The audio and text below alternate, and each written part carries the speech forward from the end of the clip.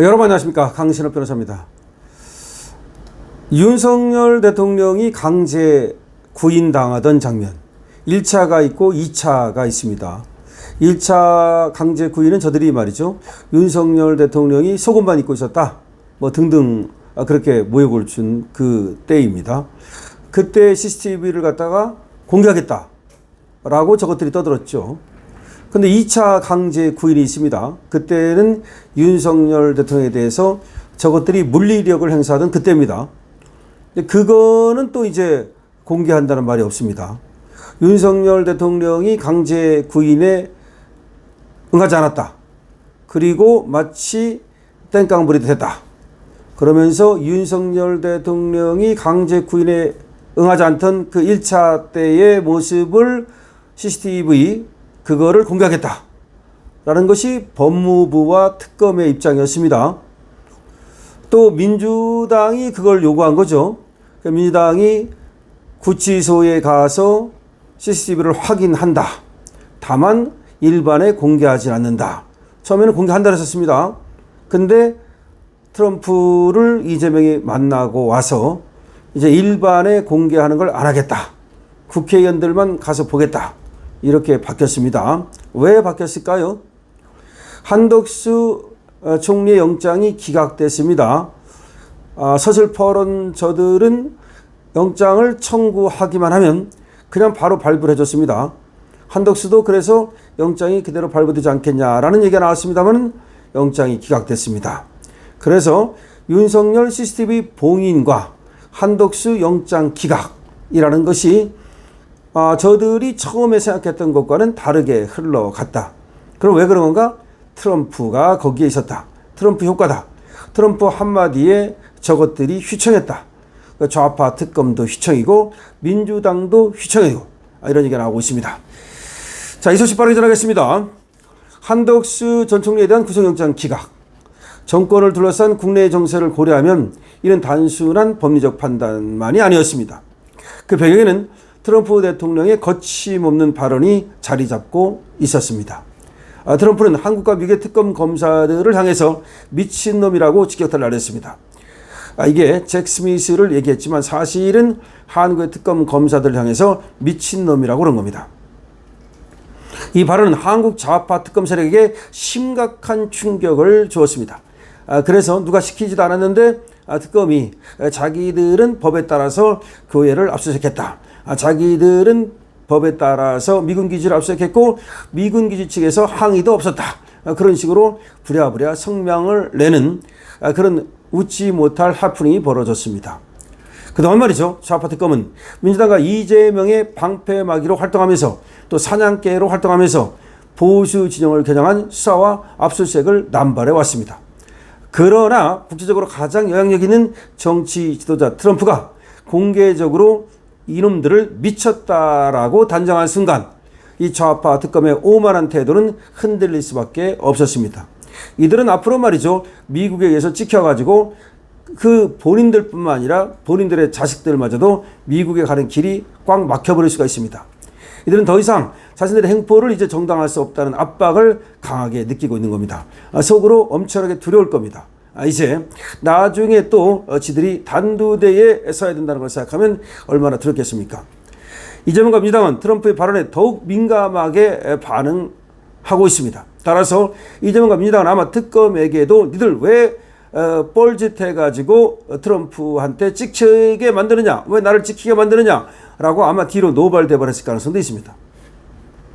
왜냐하면 지금 이재명과 민주당은 이 정권은 경제 안보 문제에서 미국과의 협상에 목을 매고 있습니다. 트럼프가 특검의 무리한 수사를 비판하는 순간 민주당 국내 여론뿐만 아니라 국제 언론이 자신들을 정치 보복 정권으로 낙인 찍을 것을 두려워했습니다.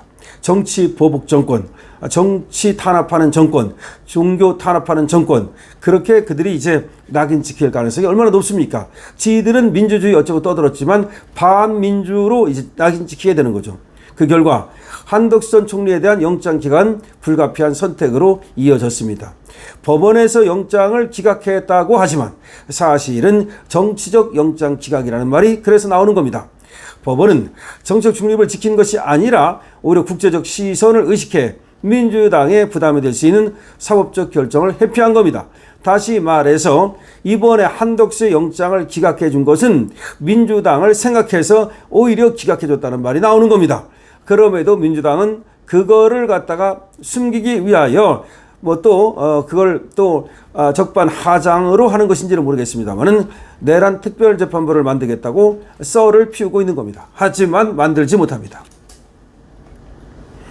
지금 한덕수 총리의 영장을 기각한 것과 관련해서 매우 수상한 점은 같은 시기에 윤석열 관련 CCTV 공개가 갑자기 봉인되었다는 사실입니다.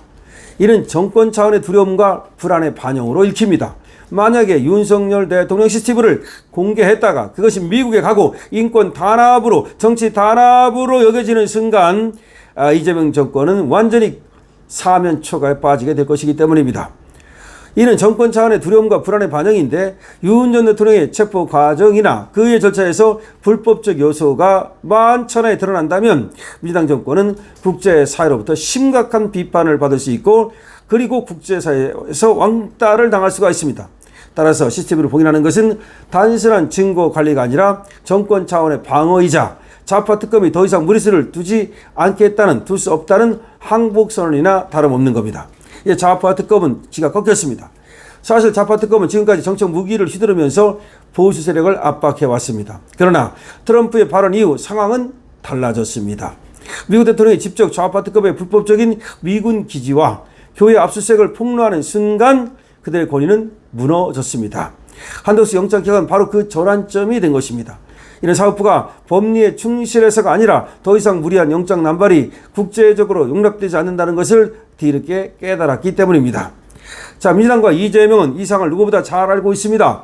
그들은 국민을 두려워하지 않습니다. 언론도 장악했고 여론 조작에도 익숙합니다. 그러나 트럼프라는 변수는 얘기가 다릅니다. 트럼프의 발언은 단순한 한국 국내 정치 문제가 아니라 국제사회 시선과 미국의 힘을 동원한 압박이기 때문입니다. 좌파 특검과 민주당은 이 힘 앞에서 움츠러들 수밖에 없었고 그 결과로 보수 진영을 향한 공격의 강도가 한풀 꺾인 겁니다. 이번 사태는 한국 민주주의 현실을 보여줍니다. 법치가 사라진 자리에 정치가 들어서고 좌파 특검의 횡포가 판을 치던 상황에서 결국 외부의 힘이 제동을 건 것입니다. 사법부 스스로 정의를 지킨 것이 아니라 트럼프라는 외부 요인이 개입했기에 횡포가 멈춘 겁니다. 이 점에서 국민의 씁쓸한 교훈을 얻습니다.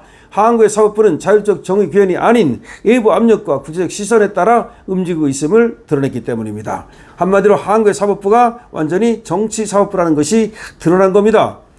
윤석열 전 대통령 CCTV 봉인과 한덕수 영장 기각은 같은 맥락에서 이해할 수 있습니다.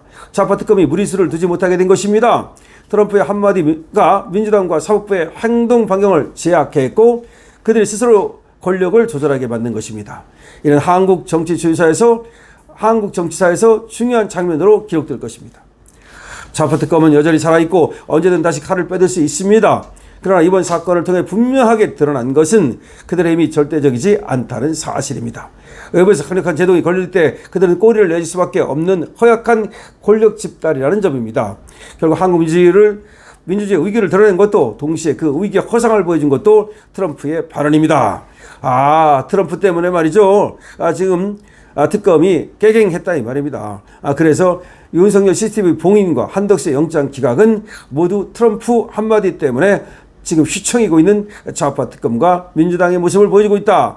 아주 맞는 말입니다. 네, 지금 이와 같이 트럼프가 사실상 한덕수 영장 기각을 가져왔습니다.